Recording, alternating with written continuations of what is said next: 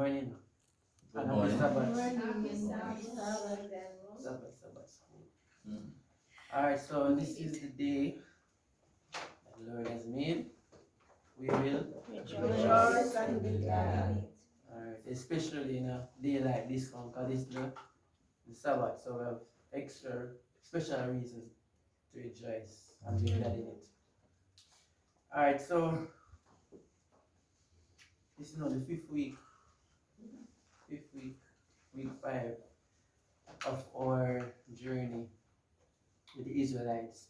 And you know that each week that I prepare the Sabbath school, more and more I appreciate Isaiah 28, verse 10, that says, "For precept must be upon precept, precept upon precept, line upon line, line upon line." I wonder why they repeat that.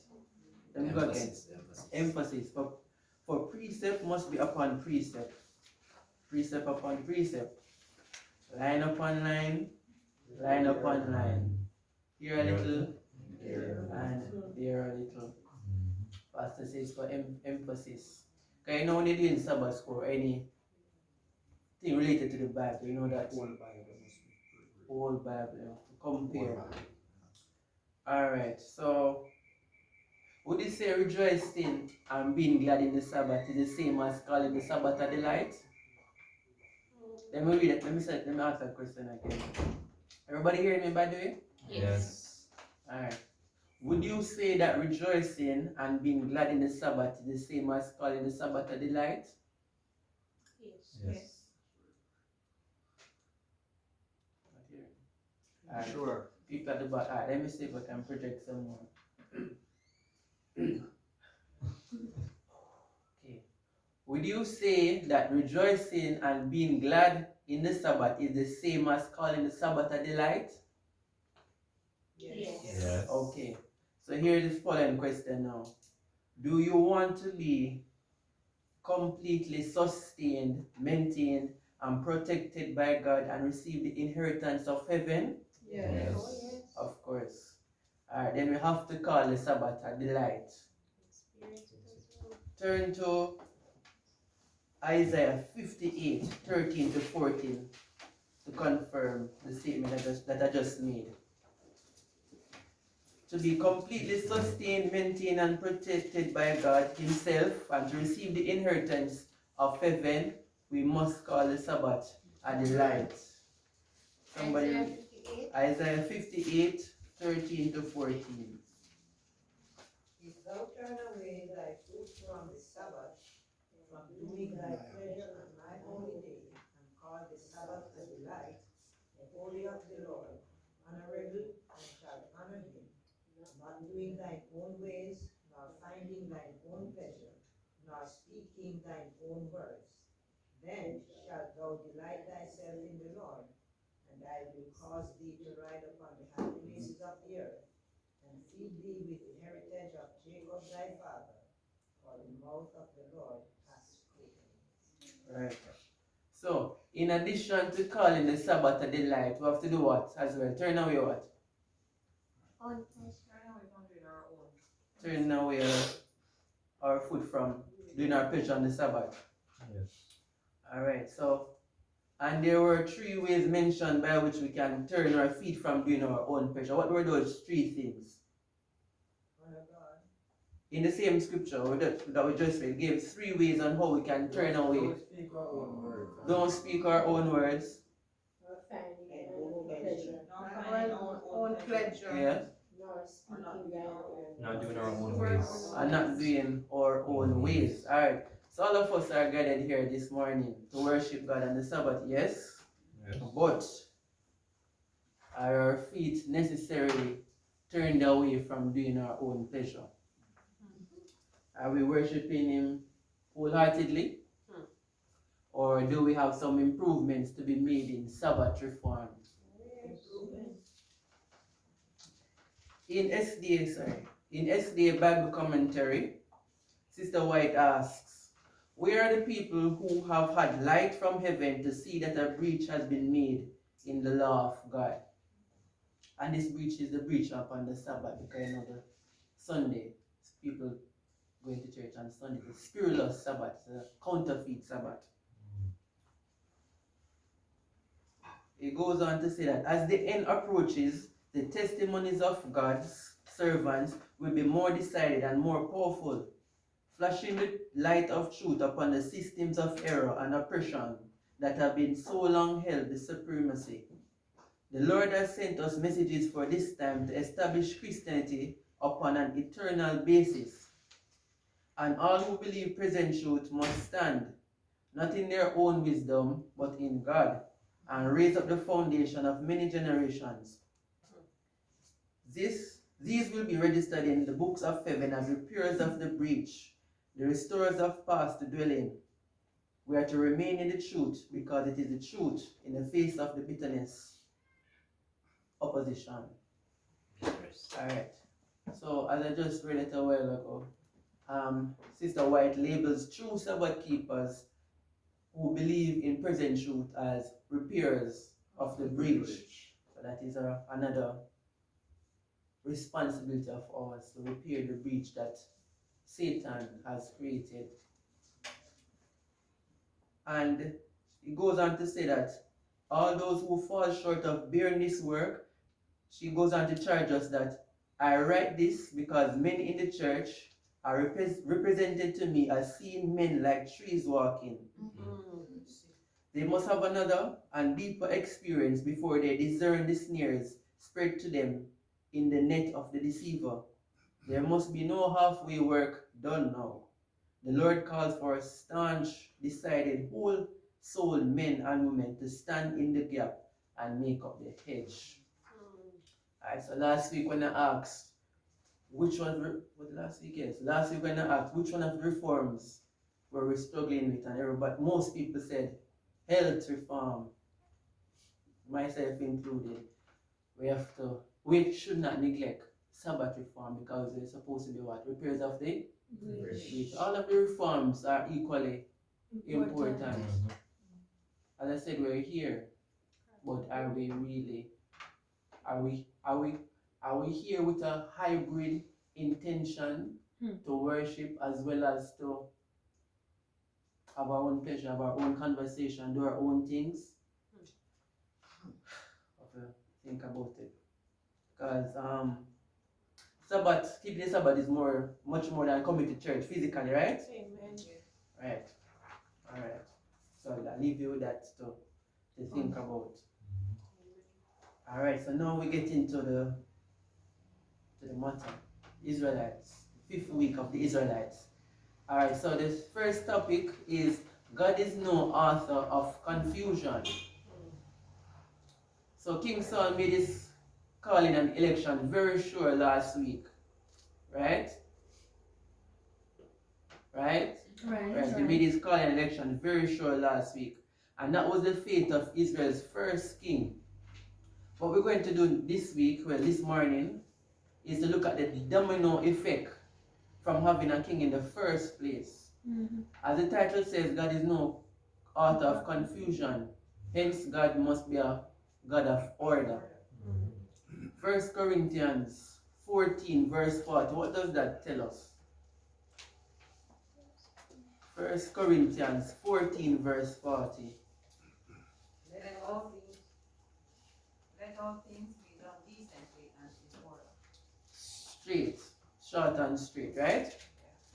So God's order was to have Israel governed by judges who were men of God. And a couple of weeks ago we mentioned the 3 judges in the book of Judges. Who were they again? Who remembers?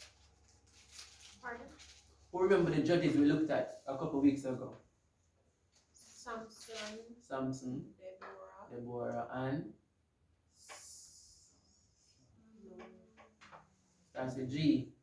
Gideon. Alright. But because we are looking at the Israelites, we know that more than likely the Israelites did not keep God's order. That is the whole theme from week 1, right? The Israelites straight. Just to recap a little, when the Israelites requested a king instead of a judge in 1 Samuel 8 verse 7, the Lord told Samuel that he should hearken unto the voice of the people in all that they say unto thee. For they have not rejected thee, but they have rejected me, that I should not reign over them. So they rejected the order of God. Well, they got their request for a king, and last week we concluded this account. So this is what happens when we go against the order of God. When we go against the order of God, confusion follows. Right? Because God is all-knowing. If Him say this is supposed to happen, it's for a reason, for everything to happen in order, a monarchy, right? So now we're going to go into that confusion that followed. Measuring up to God's will. Alright, so earlier I mentioned that calling the Sabbath is a delight. And I'm also mentioned what to turn away from, to ride on high places and to be fed with the heritage of Jacob. But what I failed to mention was what we should turn to instead. Because a lot of people in the world, and Christians as well, they are reluctant to be Christian because they see the religion as one of thou shalt not, thou shalt not, thou shalt not, right? Yeah. So it doesn't seem interesting to them. And we sometimes as Christians add fire to that fuel because we don't plant, we don't paint. Not everyone that saith unto me, Lord, Lord, shall enter into the kingdom of heaven, but he that doeth the will of my Father which is in heaven. So we should do the will. Right? So it's not always don't. What should they do instead? We should, what did my sister said a while ago? To do the will. And what is the will of God in our lives? Be obedient to Him. To be obedient. But turn to 1 Peter. 1 Peter 2 verse 15. To see exactly what God says. For so is the will of God, that with well-doing He may put to silence the ignorance of foolish men. Alright, thank you. Let me just read it again. For so is the will of God, that with well-doing He may put to silence the ignorance of foolish men. So the will of God is to do right. And to do right is what? To be what? To be righteous. And righteous comes through what? Righteousness comes through what? Rightful living, obedience. What else? What are the characteristics righteousness come through? Obedience. Right. And just to what you're saying regarding now, I was reading in I believe it's Isaiah chapter 1, where it mentioned that, I think it is in verse 17, where it mentioned that we should seek to refuse the evil and seek to do the good. And in the commentary, it was basically said that to cease from doing evil is called negative goodness.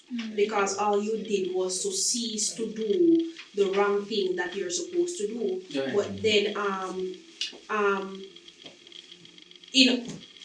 in doing the good, as I said, it's a don't religion, but we actually don't do that which we are supposed to do, and the sin of omission, the sin of commission, right? So us just ceasing to do evil is not enough for character building. Basically, that was what was coming out of that very one text. It is not enough to cease from doing evil, because that will not build our characters. We must form the little habits that, the action that becomes our habits become our characters. So we should not just cease to do evil, but also learn to do well. Right. We have to replace whatever, is that scriptural or spiritual prophecy? I remember reading something that when you give up something, you have to replace it with something. Or 7 devils will come on. Yeah, that is one. Yeah. So we cannot just don't. We have to, if we're going to stop doing something, we have to do something instead. Or else we're going to go back to the something that you. So give me an eye. So for example, you want to stop lying. So you want to stop lying. Thou shalt not lie, right? So what you go do instead of lying? Start telling the truth. Well, yeah, that's straightforward. Start telling the truth. I wanted a better example. But yeah, basically, because if you stop lying, right, and say thou shalt not, you're just gonna stop talking. But if you have to talk. So if we replace it with telling the truth. Yes, I'm a perfect example. For example, like the dress reform, we want to dress according to how the word of God says we are to dress, right? And we keep having the short dresses in our closets. Then the dresses will be there. You wear all the long dresses, and then you say, "Well, I don't have anything to wear, so I'm just going to go back to the short ones." In the first place, if you had gotten rid of the short dresses, you'd be in a frame of mind where if I wear this last long dress, I won't have anything to wear. I need to wash. So we make excuses when the solution is very simple. Right. Yes, brother. Yes, and Brother Denrol, just to add to that, the fact of doing the will of God, it brought me back to the text, if you love me, keep my commandments. Right. So, in doing that which is not good, there's a work that we have to do, right? Because faith without works, we cannot just say we're going to put away lying or put away the short clothes but not replace it. Out of the love for God, we're going to be naturally drawn to doing or to replacing that which was bad and putting in that which was good. Exactly. And if you think about it, righteousness is not doing something. Because righteousness is an act. Righteousness is right doing. So if you keep on cutting the eye, say you don't sin, well, try not to sin and don't do anything that's supposed to do. You still won't be righteous because you're still not doing the thing that it's supposed to do. Yes. Right? So. And I believe we all know the phrase that action speaks louder than words. So even if you tell me that you're going to stop lying or stop doing a certain thing, if I don't see you doing the opposite, then I am not truly convinced that change is good. Yeah. Alright. So that is established. Yeah. Alright. So the Israelites preferred to work according to their own agenda. They didn't follow up with God's will. So now we're going to see how that worked out for them. And we're looking at God's design now. And for this section, I'm going to link family, or the idea, the concept of a family, with the Israelites and the tribes now. God's design. What is God's ideal design for the family? What is the ideal? Sorry? One man and a woman, yes. But some families have children, so what is the makeup? Remember the picture of the umbrella? Tell me about that picture. Who's at the top? Christ. And under the umbrella. And below Christ is the man, and under the man is the woman. And if you have children, under the parents is the children. So God is at the head of the family. The husband submits to God because God is his head. And the husband or the father, no, the father or the husband, because not all husbands are fathers, submits to God and leads the family in priestly duty as well as protecting and providing. The wives loves God as well and submit to the husbands as well as being nourishers to the children and to the husband. And children obey your parents in the Lord, for this is right. So that is the response. That is the role, right? So I personally feel that the most ideal family is the nuclear family, right? Husband, wife, children, right? But in modern families, you know that there are plenty of variations in 2021. A lot of variations. Some abominable, very abominable. We have what? We have single parents. We have extended families. We have same sex, yes, above the abominable one, same sex. We have when the same sex kind of switch sexes. yes. But we have that one now. Yes, Yeah. yeah. Transgender family, man, the third woman. We have family without parents, is the siblings raising you. Yeah. So we know all this happen as a result of children, grandchildren. You know, all of this result as from sin. Because yes, you have some circumstances where the mother died or the father died, but what caused death? Sin. So everything comes from sin. Whereas the abominable one is straight. There's no excuse for that for two men. Yes, by choice. Those sins by choice, especially abominable. And in the Old Testament, it just shows, the scripture we just read where it says that, let all things be done in order. Where God is such a God of order, when you look at the fact that God knows that we're about to live in a sinful world, and He made provision for these things that are not in our control. I'm not talking about same-sex marriage. For example, children who are living in single parents homes, as a result, maybe the husband died or the wife died, or but I was reading I believe it was in the book of Exodus, where when they were offering the sacrifice, when the plague were about to fall on Egypt, and God said, and the instruction given is that if there is not one to offer sacrifice, then you should go to your neighbor's house and you should offer sacrifice, right? And when you dig a bit deep, and you find that the only reason why there would not be one to offer sacrifice is because the priest was absent, and so therefore you go to a next of kin, which is like his brother or the nearest next of kin, right? So they would be in place where you have this breach in the family. You always have a next of kin to fall in line. And when it comes to this generation, you see, it's every man for himself. I don't want to help you because I don't want you to pass me. So I should be at the ladder, and whatever I hand on to you, you take. But in the Old Testament, the design that God had for the family, it showed oneness and unity and love, where He put these things in place so that no one is lacking. Right. So we see where Satan has really done a number on the intended blueprint of the family, right? We see that. Alright. You know that anytime we come to the family, the spirit of prophecy book that's going to be drawn for the Adventist home. Yes. Adventist home chapter 34, it says, Father's positions and responsibilities. Certain people are supposed to read off that book already. It says, the husband and father is the head of the household. The wife looks to him for love and sympathy and for aid in the training of the children. And this is right. The children are his as well as hers, and he is equally interested in their life and of the influences and associations that should surround his family. Above all, he should be controlled by the love and fear of God and by the teaching of His word, that he may guide the feet of his children in the right way.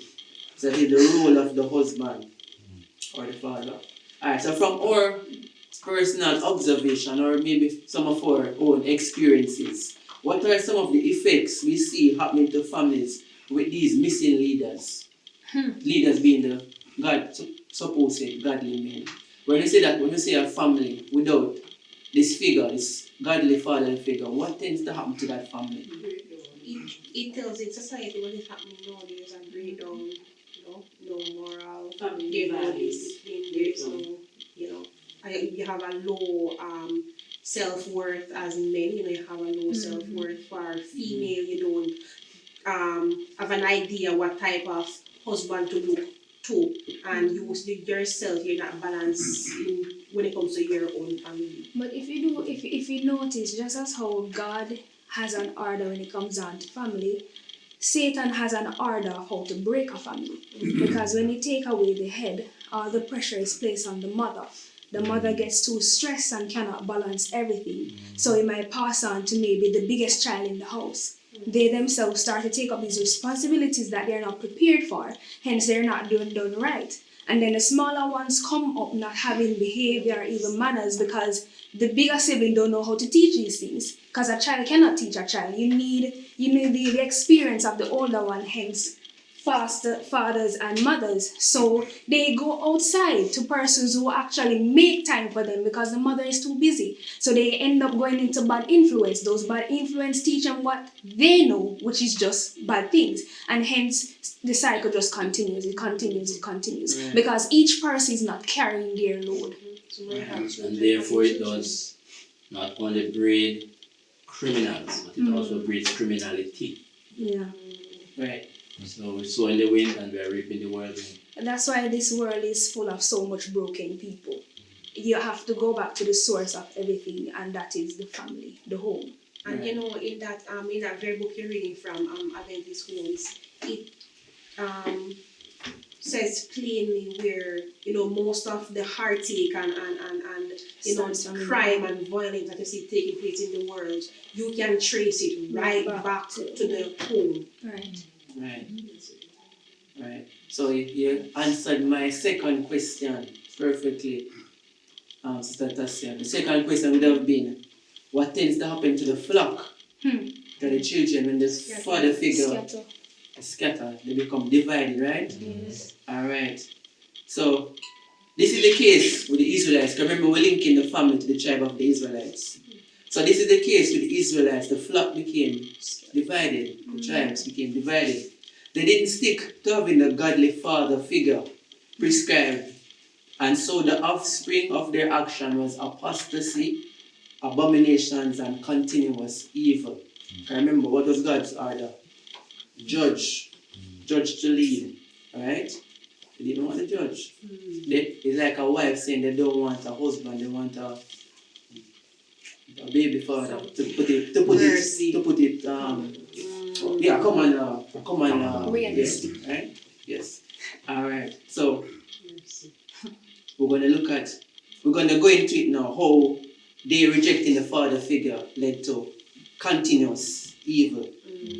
And the heading is from the first to the last. So right here now we're going to trace these so-called leaders from the first king to the last one. So we're going to start at Saul. After King Saul, there was his son Ishbosheth.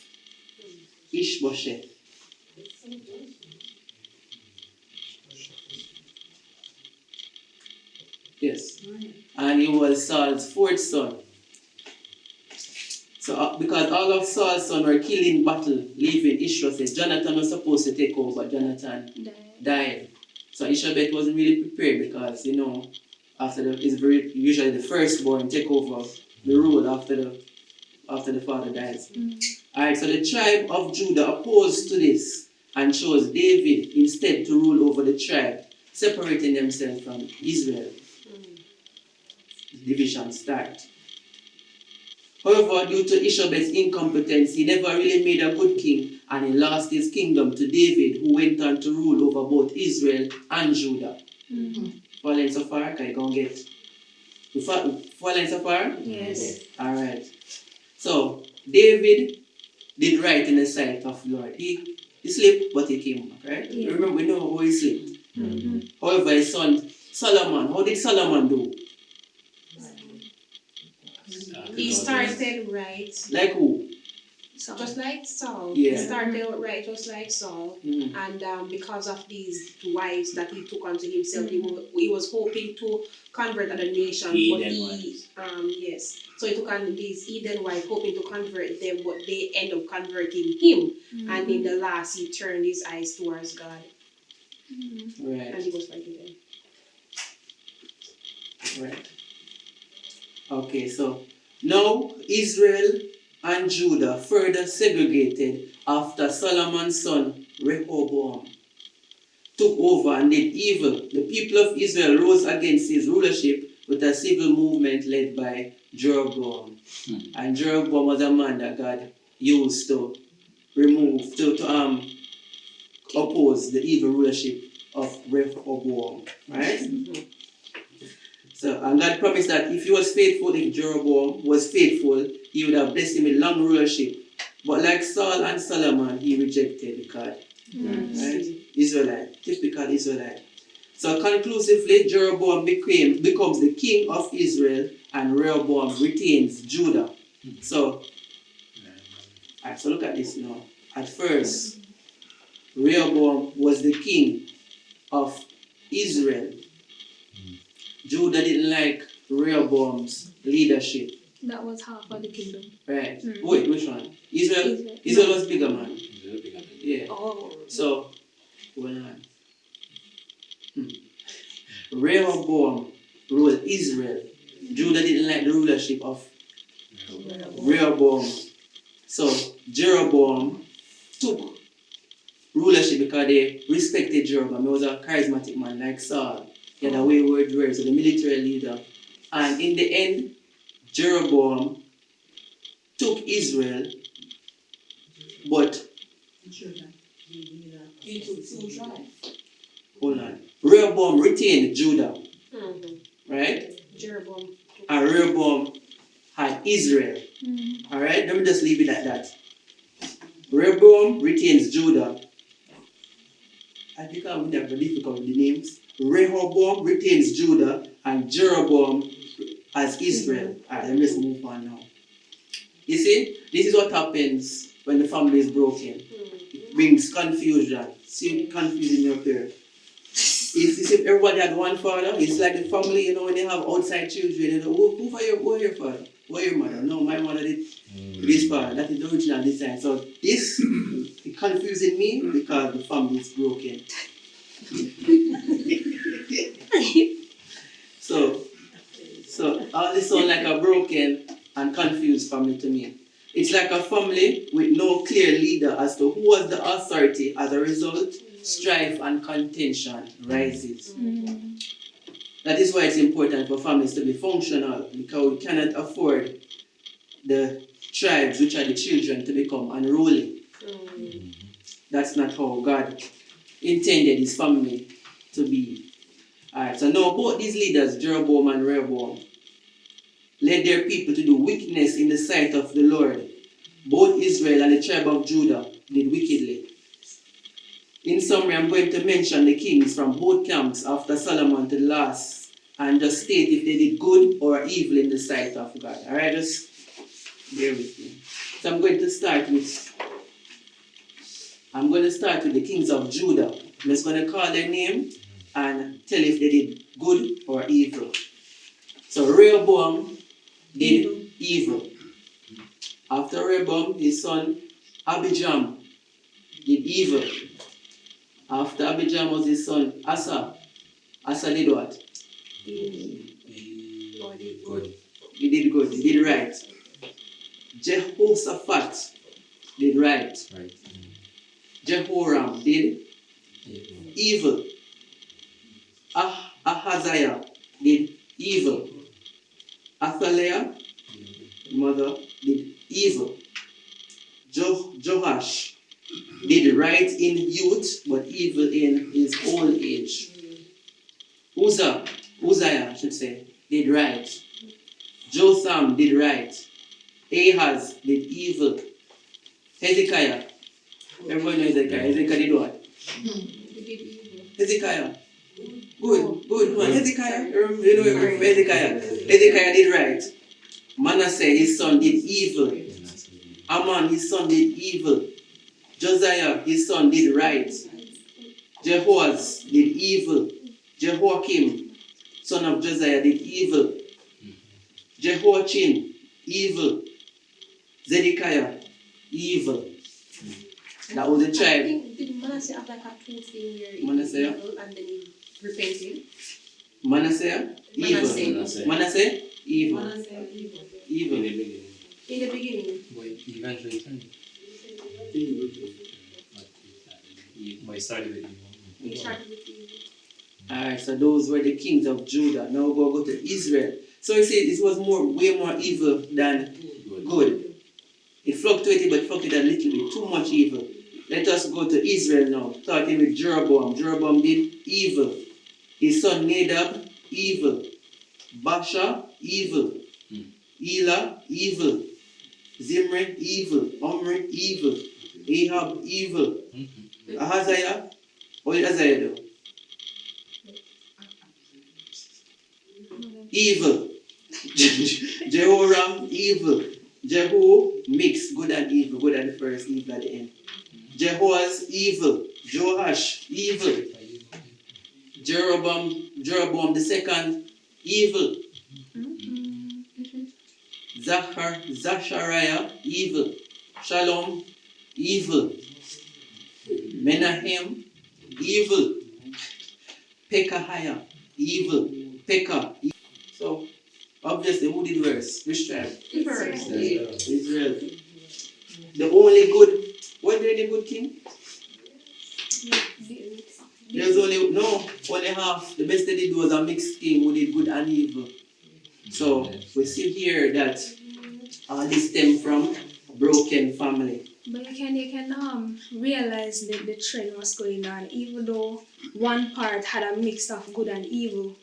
At the end of the day, the result was still evil because 99% good and 1% bad is still evil. Right. And the next side Yes. is just pure evil when a little tooks are good, which is Right. still evil. In order for us now to repair that breach, perfection have to be our standard. Where evil or sin has to be fully squeezed out of us and our church and our family in order to be different from these people that was in the past.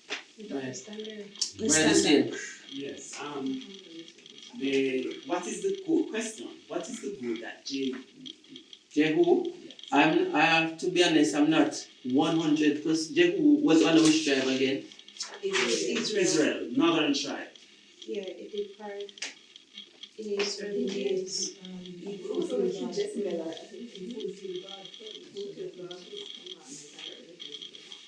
Pardon? What was it? Thank you very much. That is it. Sorry, Jezebel. Matter of fact, I think it's Elijah, Elisha, one of them. God told them what has escaped the hands of one of that prophet will not escape Jehu. And what Jehu did is to wipe out all the image worshippers out of Israel and then kill Jezreel. That was the goal. And God promised the lineage of Jehu will not wipe out. Thank you for that. Alright, so the lineage of evil, I would call this a generational curse.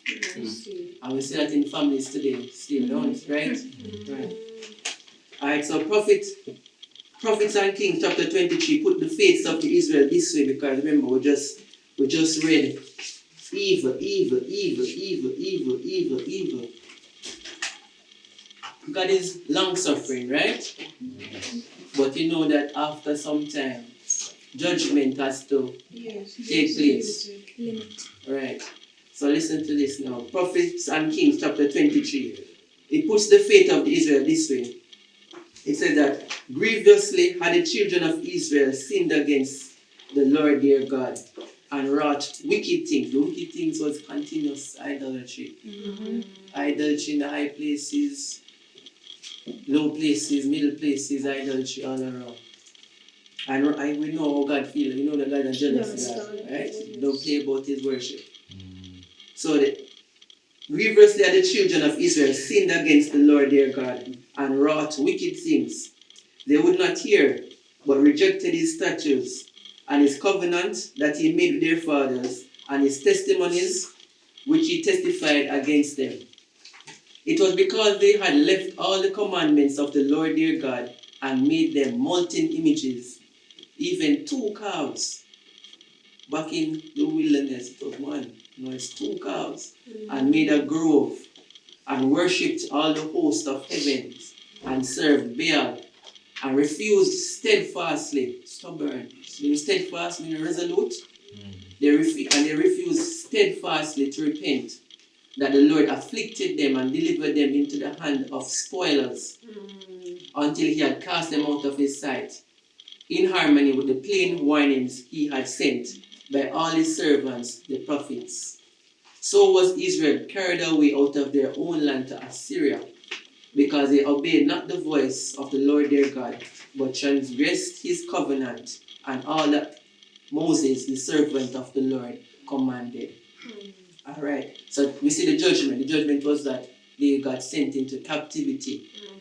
But from week 2, we learned that captivity, what we think is captivity or what we think is judgment, can also be used for God's use. You remember the Joseph experience? Yes. The same thing.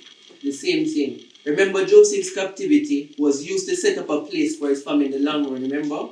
He had to go into captivity to go to Egypt to set the place for his family to come, right? Right.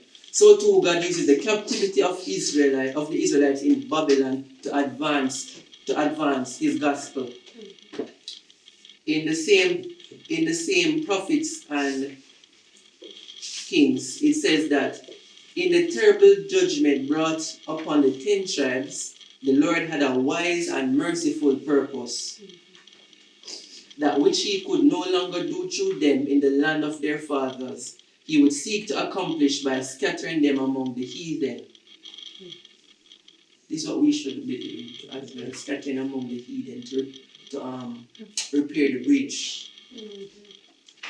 His plan for salvation, let me start over. It says that he could no longer do through them in the land of their fathers, where they promised them. They were comfortable in this land. They reach the promised land and feel that they reach. Mercy. They're comfortable. Wilderness behind them, all the war with the nation, they're just living and they get complacent. Start worshipping. Remember influence? That influence, start worshipping, making things to worship. Yes. So it says that his plan of salvation of all who should choose to avail themselves of pardon through Savior of human race must yet be fulfilled. And in the affliction brought upon Israel, he was preparing the way for his glory to be revealed to the nations of earth. Not all who were carried captive were impotent. Among them were some who had remained true to God, and others who had humbled themselves before him. Through these, the sons of the living God, he would bring multitudes in the Assyrian realm to a knowledge of the attributes of his character and the beneficencies of his law. So in the foreign country, Babylon, Assyrians in Babylon, is a subset of Babylon. They had those who humble themselves, those who remain resolute, because remember, we did a faithful two, Joshua and Caleb. They were in the camp. A lot of influence around them. A lot of people doing idol worship. A lot of people were fearful, so we cannot go conquer this land. But the faithful two remained resolute. Same, likewise, everyone did not participate in the idol worship that was taking place during these, under the rulership of these kings. They remained resolute. Right? So even though they were resolute, they were still taken into the foreign lands. If that happened to us, we would probably murmur and say, look how everybody around me was doing idol worship and I wasn't, and I still get carried away. We would murmur, right? We say, look how we abstain and not participating, and God still called me among the number to be taken captive. But just like Joseph, the people remained true to God and used this opportunity to evangelize to the Babylonians. I remember the Babylonians don't know nothing about God. So during their 70 years of captivity, and that is longer than the time that they spent in the wilderness. God, they spent how long in the wilderness? 40 years in the wilderness, but 70 years in captivity. So during that captivity, we would have come across Daniel and the 3 Hebrew boys. Right? But we're not going to look at Daniel. So, anyway, God's prophecy spoken through Isaiah fulfills that the Israelites are allowed to leave and return to rebuild their temple in their homeland to God's honor and praise after Babylon was overthrown by King Cyrus.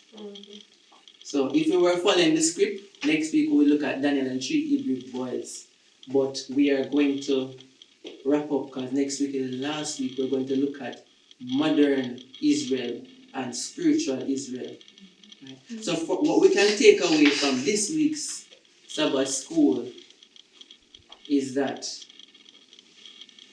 1, God's order in our life should always be priority, not our will be done, but God's will be done in our lives, every aspect, every reform. Last week we said health reform.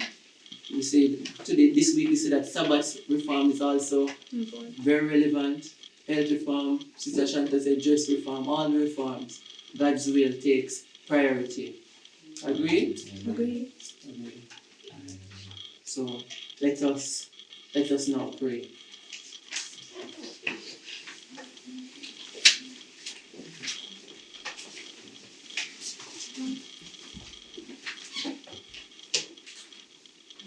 Dear Father, which art in heaven, we give you thanks for this opportunity to take admonition from those who are before us.